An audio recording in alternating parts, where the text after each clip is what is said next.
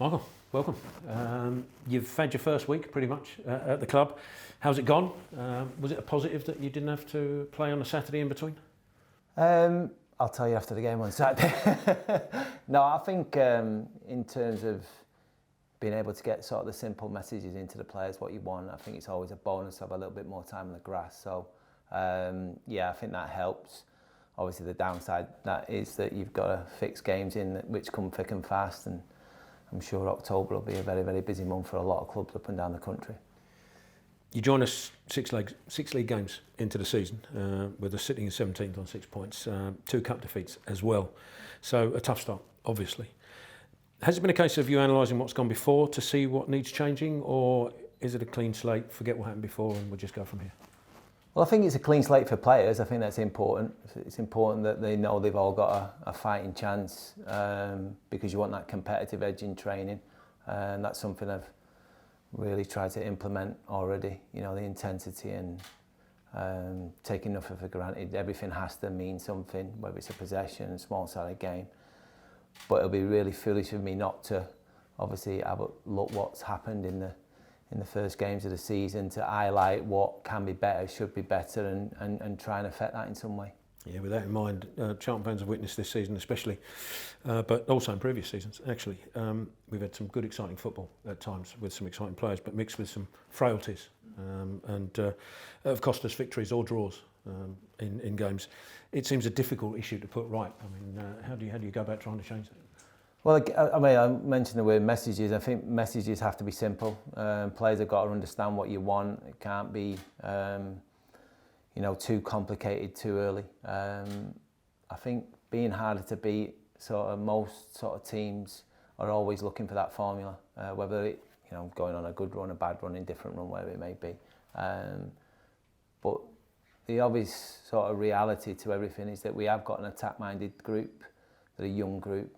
But if I can implement a little bit of discipline within it, recognising when it is a good time to counter-attack, when it's a good time to break forward, when it's a good time to create overloads in certain areas, and then almost getting them in a position where they know that, ultimately, if you goal up with 10 minutes to go or going into injury time, not going to get that second goal is, quite as important as it probably was, early on in the game. So, yeah, if we can improve in 2 or 3% in certain aspects of the game, then I think we'll be fine. But I don't want to detract away what this group's really, really good at as well. I think it's important to highlight and improve what they can be better at. But certainly, I'm not going to be putting the reins on them too much when we got the opportunity to play. I know you've only been at the club a short time, relatively short time. It's probably been really chaotic, and some of the questions you probably won't be able to answer. And I think you'd already touched earlier on in the week about the injury situation. Is there any further update on that? Because obviously we've got Panush Kamara, we've got Scott Fraser and Tuxanika. Yeah, I think we've got. We're certainly getting closer with Chucks, and that's a positive thing. We've got 1 or 2 doubts on a couple of players that are probably 50-50 to be involved at the weekend, and obviously tomorrow will give us a better indication on that. But it is part of the game. It is, it comes with the territory. You'd like to think over a period of time coming up, we'll have more influential players on the pitch and available with the likes of the players that you've already mentioned, which will improve the group, make us stronger, make us more resolute. So, yeah, I think it's one of them where it's important to recognise what's missing. But as a new coach coming in, I have to give all my time and efforts to the lads that are fit and available. And our 3 international players that were away on international duty all had positive weeks away. Have they come back unscathed? Yeah, they have, fortunately. Yeah. So yeah, they've come back and in a good bill of health. So and they've had positive. They've all had a reasonably positive weeks really. So it was good to meet them. This morning is the first time I've met them since I come in. And again, it's been chaotic. You're only a week in, but your coaching staff, are you any closer to? Yeah, I certainly expect one to be in the dugout with me come Saturday. Don't want to kill it, so just in case. But I'm pretty confident one will be in the dugout with me come Saturday with Jason, and then obviously we'll take it from there after that. Cool. Your first game in charge on Saturday will be to take on Steve Evans' Stevenage side. they're the top of the table, and only one league defeat in 7. They had the best home record in League 2 last season. So it's going to be a tough start, obviously for you, but you obviously want to be going there positive. 100%. Yeah, I mean, listen, I've got the utmost respect for Steve. We've had a few run-ins in our times. He'll probably tell you that as well, and they've been quite fun and emotional at times. But look, he gets the best out of the group that he tends to work with, and they have a certain way of doing it, and they do it really well. They've got a bit of quality in the group as well, and I think that's important to note that it's not just obviously looking to get the ball forward quickly and early and trying to look for seconds and percentages, but there's a bit of quality in the group, and if there wasn't, they wouldn't be sort of sitting where they are in the table at this moment in time. So we respect that, we understand it, we know it's going to be difficult. I believe it's going to be a sellout. I know we've sold all our tickets, which is absolutely fantastic. We're going to need that support, because like you've said, they've got a great home record, and they've got that for a reason. So listen, we're going there. I'm hoping that the players, new manager in place, etc., gives them that extra little boost that we might need to go and beat a side that are flying at the top of the league. As you said, sell out Charlton allocation in the away end. You went and had a look at Stevenage Saturday. Hopefully they'll see that you've picked up a few pointers to bring them home happy, send them home happy.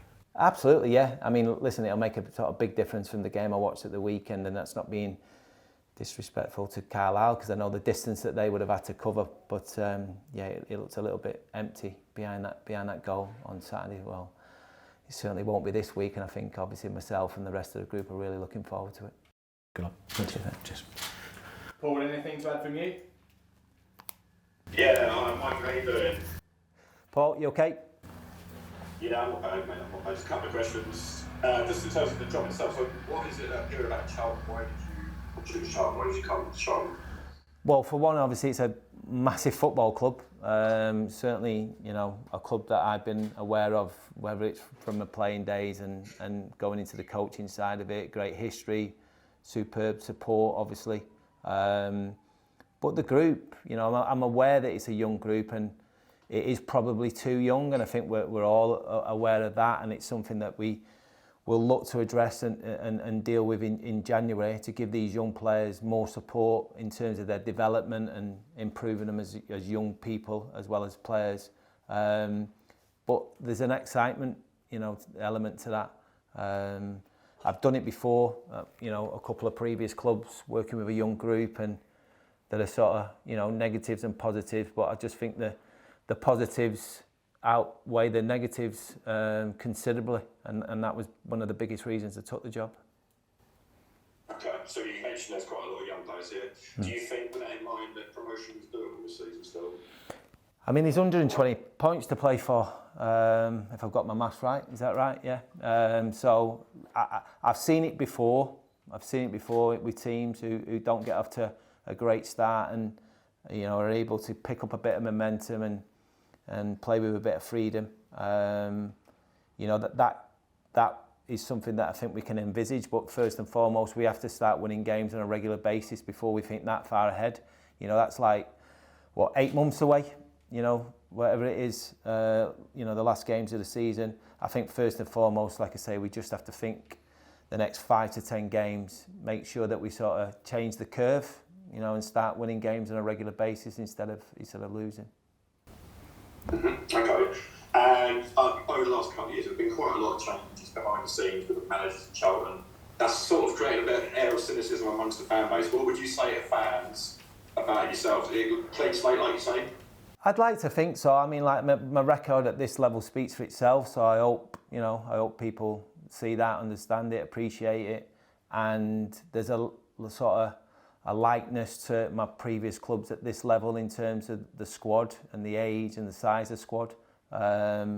So it's something that I've experienced and done before, and obviously want the opportunity and can't wait to try and do it again.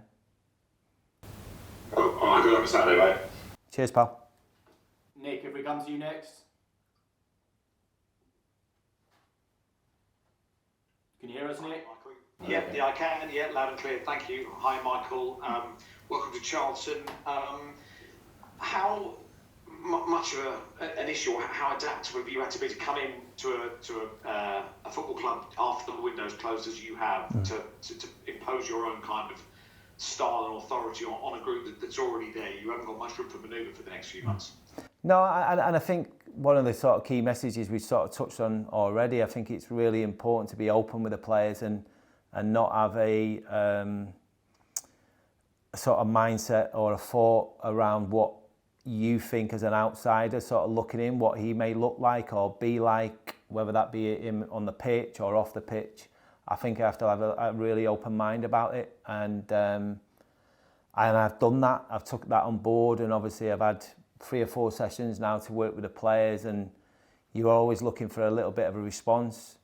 You sort of come away after it thinking, oh, actually maybe he's quicker than what I thought he was, stronger than what I thought he was, you know, maybe his temperament is a little bit different to what I thought it might have been.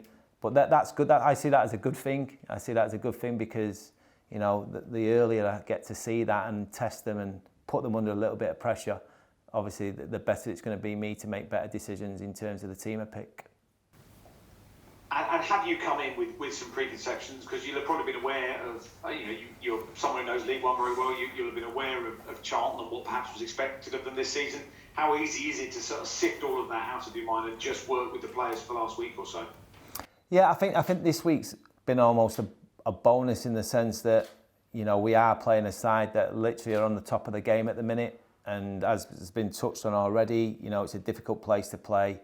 They had a fantastic record last year, which we've been reminded of. And I think that almost makes the job a little bit easier because, you know, there's no time to bed in and settle in. We would always love to do that. Ultimately, we've got to hit the ground running on Saturday because if not, it'll be a long afternoon for us. And, you know, we certainly don't want to do that with the type of backing that we're going to have there. You mentioned that discipline might have been an issue and experience. Do you think those two things come together? Is it because of the youthfulness of the squad? They're just getting themselves into situations in high pressure environments where mistakes like that are creeping in? Yeah, a little bit, but sometimes you've got to sort of be mindful of the fact that if you stick with them and give them the time, try to put them in them situations time and time again, but at the same time recognising that if they're not dealing with it, you know, pull them out and use someone else. I think it's a long time, a football season. It's pretty much 9 months, and you have to at times be a team for all seasons. You can't just win games by blowing teams off the park with your football. You have to find different ways to winning. You have to try and see games out, and you know that's something that I think that I can help them with from the decision making from the side. So you know we've touched on it already, where if we're heading games going into the latter stages, it's having that sort of know-how and nows to go, right, okay, well actually we can add to the score here. They're vulnerable. You know, there's an opportunity to hit them on the counter-attack, or actually I'm fully expecting these to come right at us now, and we have to find a way of making sure we just dig this result out. What do you make of League One this season? Obviously, a number of quote-unquote bigger teams left at the end of the last campaign. Is it an easier league to operate in now if you're a club like Charlton? It's a more open league. There's no doubt about that, and I've been on. You know, you'll get me on record as saying that before the ball was kicked. You know, I did a couple of interviews at the start of the season, just before the season started, and I do think League One this year is as open it's been in a long, long time. Like you said, the previous seasons there's been 3 or 4 really sort of big clubs who have probably had the budget and the squads to be able to cope with 46 games better than some of the other teams. Whereas I think like this year, I think very early on we're seeing now after 6 or 7 games that if you get it right, if you create a bit of momentum, have a bit of luck, you know, because you need that luck, whether injuries, suspensions, you give yourself a really good chance of doing something. Have you been told that you have to reach the playoffs by the owners and the people that run the club at the end of this season? No. I mean, I think it's first and foremost we have to start sort of winning games on a regular basis, and then I think there's an expectation that goes with being the manager of Charlton, certainly at this level, you know, and I'd put them type of expectations on myself to win more games than we lose and put ourselves in a position where we can threaten to go up. Obviously, it's not been an ideal start, and we find ourselves in a difficult position after 6 games, but very, very quickly, because of the openness that we've just spoke about, I think with 3 or 4 wins in a short space of time, you can probably climb the league by 10, 12 places, and that's what we'll aim to do.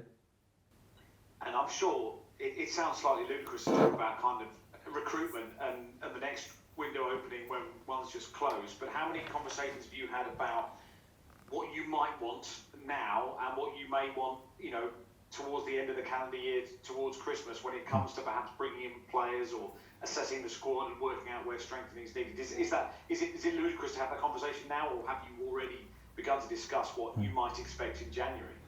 Yeah, I just think you continue. That's something you do throughout the season, absolutely. Obviously one window shuts, but the reality is that there's always an opportunity, 2 or 3 months later, to try and do something and add to the squad. And one of the things that I have done reasonably well over the years and had a lot of success over the years is with the loan system, and finding and being able to bring loan players in that are better than the level. And I think that's important. Someone said to me a few months back about, bringing good loans in. And for me, it's about bringing great loans in. Good loans will, win you the odd game and do quite well and, still be part of the squad. But great loans are match winners. And by the way, listen, we might have 3 or 4 of these so-called match winners that I'm looking for right in front of me that are our own players, and I'm going to find out that over the coming weeks and months, and I hope that's the case. And if I could just ask you finally, you must know that there's a potential for someone to come in and, from a Charlton perspective, and get it right and turn the club back into what it used to be. That must be something that weighs on your mind. This is a club that, in very recent times has been an established Premier League outfit. The club's always crying out for someone to at least start the journey back up there. It would be great if you could be that person, I suppose. Yeah, I think every manager, going into a football club wants to certainly try and improve it for where it's been. I think, all I would say is most of the clubs that I've left in the past, the trajectory in terms of the way they've gone when I've left has probably gone the way that not they would want. So I think that to try and improve the club and get us certainly moving in the right direction and obviously change that curve which I spoke about, if I'm the person that can do that, and I certainly hope that's the case, then clearly everyone's going to be happy. And listen, we can't beat around the bush. It's a club that should be competing at the top end of League One, and that's obviously the aim.